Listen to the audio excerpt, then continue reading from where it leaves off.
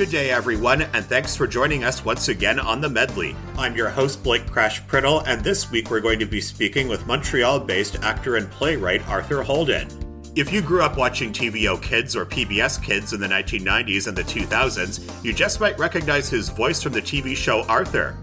He's also worked on other animated TV shows, such as Sagwa, the Chinese Siamese cat, and What's with Andy. In this interview, you'll get to learn about his play called Ars Poetica, and you'll also get to hear the story about how he landed the role of Mr. Ratburn on the TV show Arthur. Where did your passion for theater arts originate? Well, in elementary school, actually. I remember the first school play I went to was in grade 3. And a very dear friend of mine named Hugh Dan, who went on to be a professional actor too, and Arden Rishpan, who is now the executive director of the Canadian Actors Equity Association, were in a school play of Puss in Boots. And I sat in the audience and watched them and thought, I want to do that. And I was in the school play the next year, and I did plays through high school and university. Loved it from the very first time I did it. What was your first on-screen role? It was in a student video shot by a friend of mine named John Archer. It was at McGill.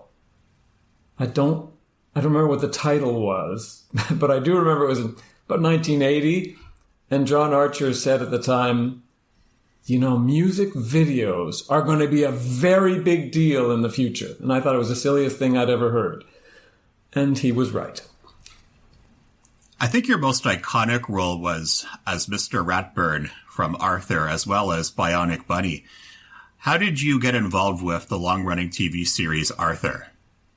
Well, by the time Arthur was casting and going into production, I was, well, you know, a relatively established voice actor in English Montreal. And English Montreal, as you can imagine, is not a huge city. So most of the available actors who were in generally the right age group auditioned for roles in the series, Arthur, which was a pretty high-profile series from the outset. It was going to be aired on PBS, and I think it was CTV in Canada. Anyway, so I auditioned, but I auditioned for the title role, for the role of Arthur, because at the time the producers weren't sure they wanted to use children to voice the children's roles or adults who could simulate child voices. So I auditioned for Arthur.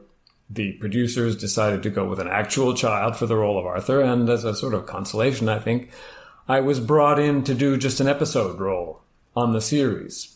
But between takes, as I was talking to the engineers and the people who were running the session, I was speaking in my own voice, and PBS producer Carol Greenwald, who had not yet cast the role of Mr. Ratburn, listening to my voice and the way I spoke, said, "That's Mr. Ratburn."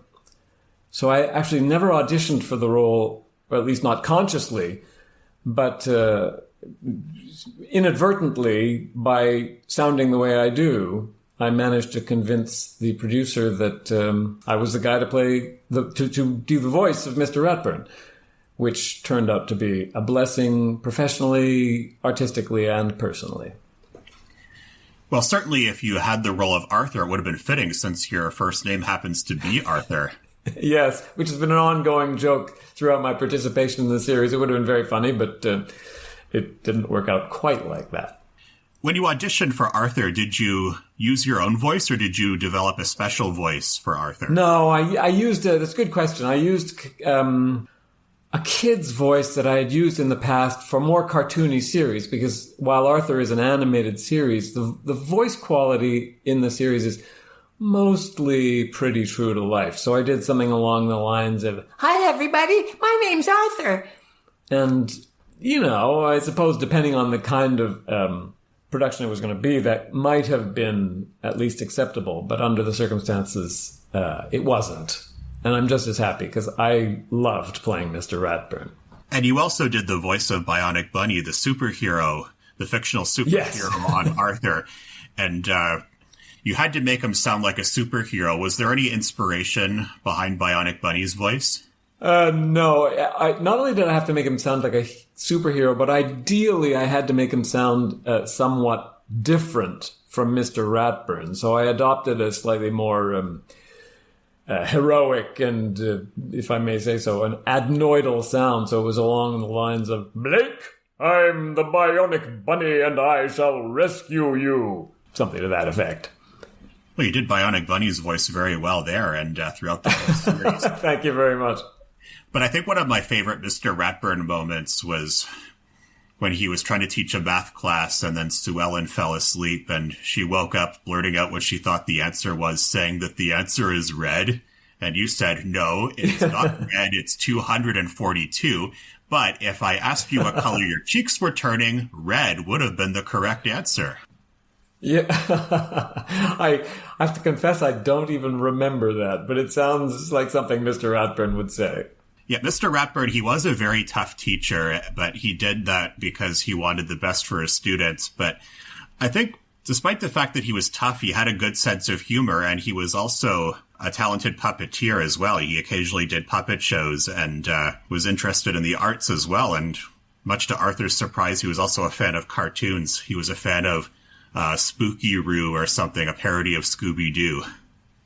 Yes, and he also, as the series progressed, because it went on for 25 years, Mr. Ratburn revealed himself to have all kinds of very amusing character traits. It turned out, you might recall, he fronted a grunge band. He was afraid of the dark. He loved cake.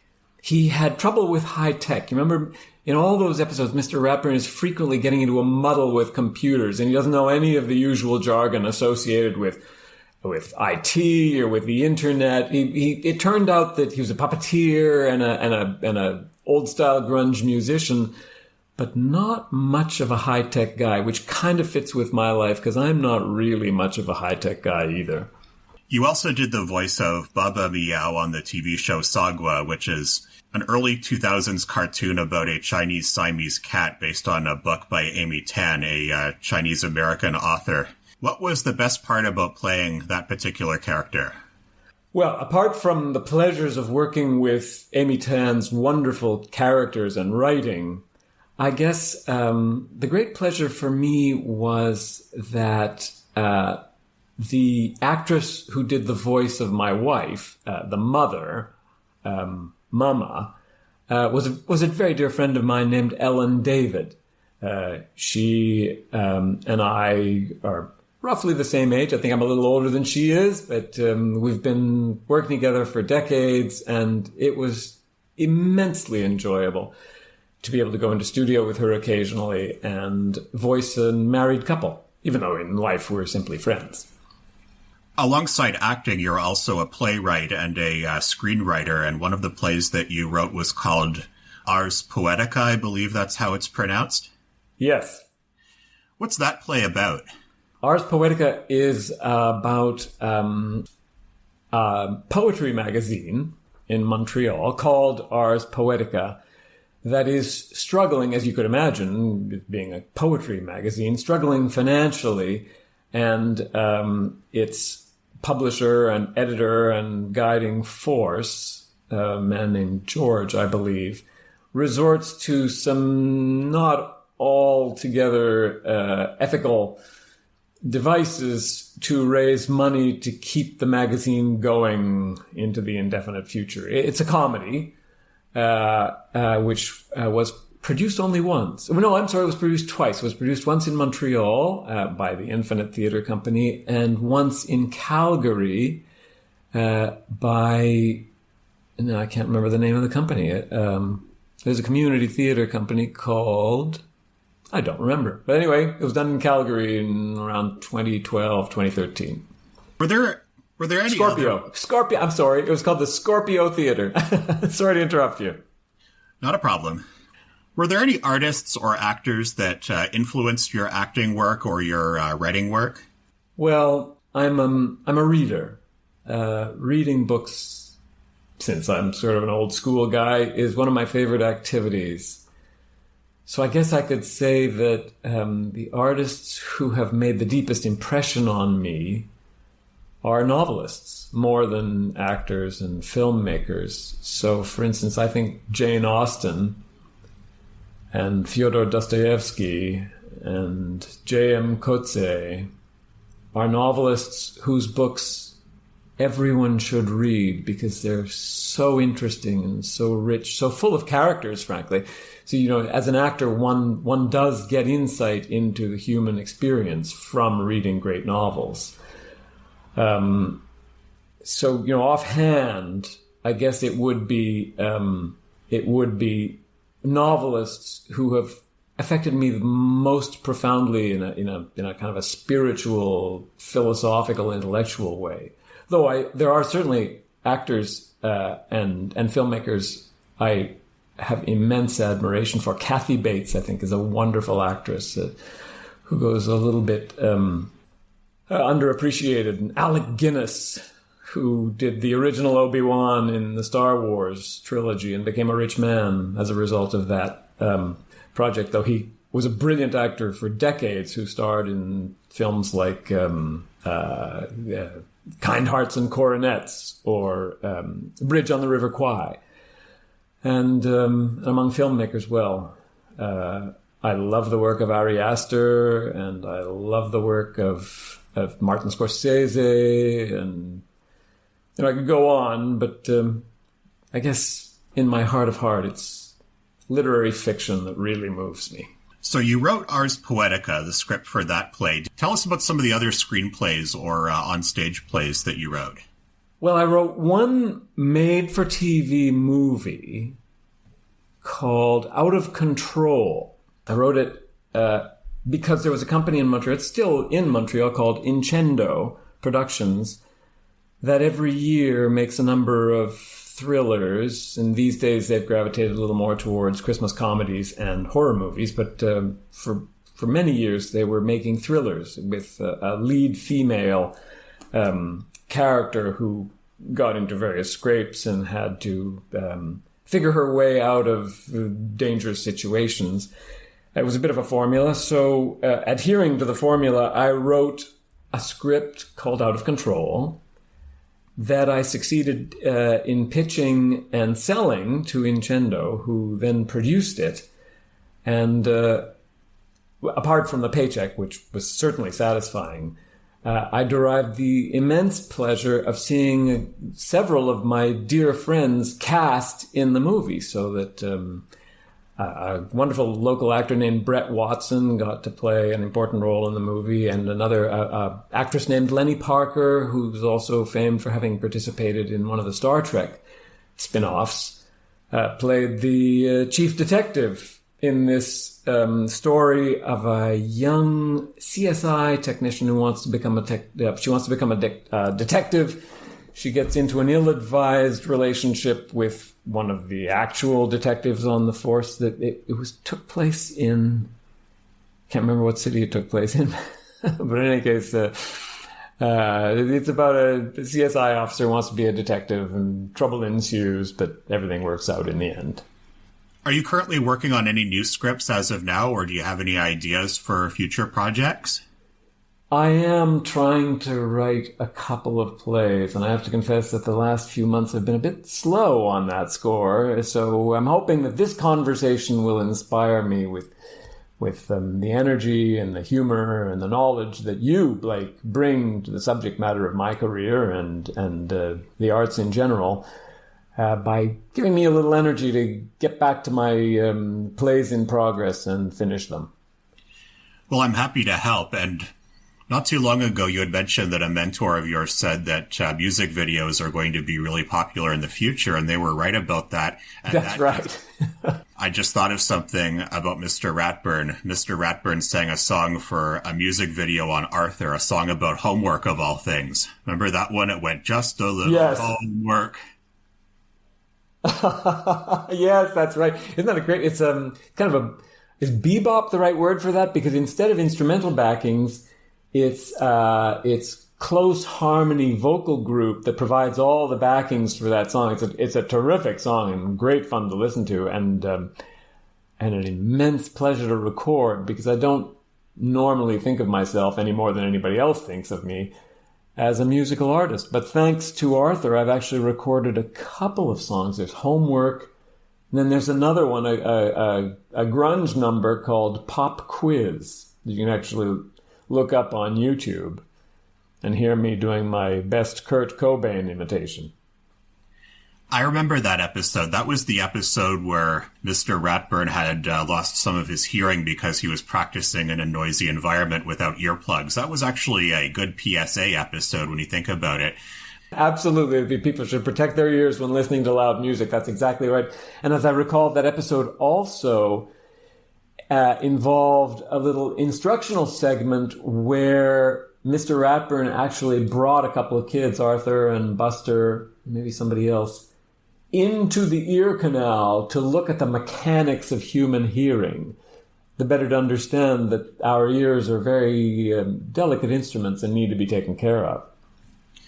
They certainly do. I remember my dad used to work as a safety manager at a mill, and I think he would concur with a lot of what was presented in that episode, wearing the appropriate hearing protection, not only in a recording studio where there's going to be a lot of noise, but in an environment with lots of machines that are making noise as well. Like in many cases, you have to have both earplugs and earmuffs on. That's great. That makes good sense. And of course, in an industrial setting, the decibel levels must get awfully high. And I hope your father always took care of his own ears and that he continues to have excellent hearing. Oh, he certainly does. You've done some live-action gigs as well. One of them was as a radio announcer in the movie The Aviator with Leonardo DiCaprio. I actually watched a clip of that just before we started recording. It must have felt amazing to work alongside Leonardo DiCaprio. Oh, it was incredible. Not just Leonardo DiCaprio, but Gwen Stefani. I spent 3 days on a film set with Gwen Stefani and Leonardo DiCaprio and Adam Scott, who was also there throughout the time. It was really quite remarkable, and they were all wonderfully, well, first of all, talented actors, obviously, and Gwen Stefani is a brilliant musical artist, but they were also very friendly and welcoming people who made me feel like part of a troupe that involved some very important Hollywood personalities. You were also in the movie Rhymes for Young Ghouls, which was a movie about residential school where you played the priest, I believe. What did you have to do to prepare for that role? Well, I did, to prepare for my role as a priest, and a rather disagreeable priest in Rhymes for Young Ghouls, I did a little reading on the immensely painful episode in our Indigenous history of the residential schools. But then I tried to bring a certain degree of immediacy to the priest. I must say the role was relatively minor in the context of the whole movie. But I tried to, humanize the priest and make him someone who, notwithstanding the terrible system he was a part of and his own lack of ethics when it came to running a kind school, was nonetheless a human being. He was recognizable as somebody who didn't set out to be a horrible person, but ended up doing things that really shouldn't have been done. It was written and directed by Jeff Barnaby, a Mi'kmaq filmmaker, who unfortunately died, I think, a little over a year ago, at a very young age. He was a young man. He contracted a fatal illness and died. You've done a lot of writing of scripts over the years, and there are a lot of aspiring screenwriters and playwrights out there. What advice would you have for people like that may be dealing with writer's block? Maybe they've run out of ideas, or maybe they don't know what direction they want to go with their story. Well, that's a terrific question, Blake. And I would say the most important thing to do, and it's something that frankly, it's a precept that I should observe more stringently myself, is to sit down every day and write. Just sit down at your computer, even if you don't feel the inspiration is there, or even if in the midst of a project you're starting to doubt its quality. Don't give up. Always move forward. Because frankly, the only way to get anything written is to sit down and apply yourself to it. So that would be the first piece of advice I would give. And second, related to the comment I just made, when you begin to doubt the quality of your work, which most writers do in the course of, of creating a new script or novel or play or whatever it is, when you doubt the quality of what you're doing, understand that doubt is actually part of the process, that often it reflects a sort of a psychological reaction we have as we get close to things that are important to us. We shy away as writers, as human beings, from subjects that provoke us emotionally and intellectually. And in shying away, unconsciously, we tell ourselves, well, that's not very good. So an important thing for all writers, frankly, all artists, is to be aware of the inner critic as a very natural part of who we are and what we are as artists. And at the same time, not to give in to the unhelpful feelings that inner critic might generate, to keep moving forward every day, to apply ourselves to getting even just a little bit of work done, with the eventual aim, over time, of finishing a creation, and then, if nothing else, moving on to another one, because in creative arts, the only way to get things done is to sit down and do them.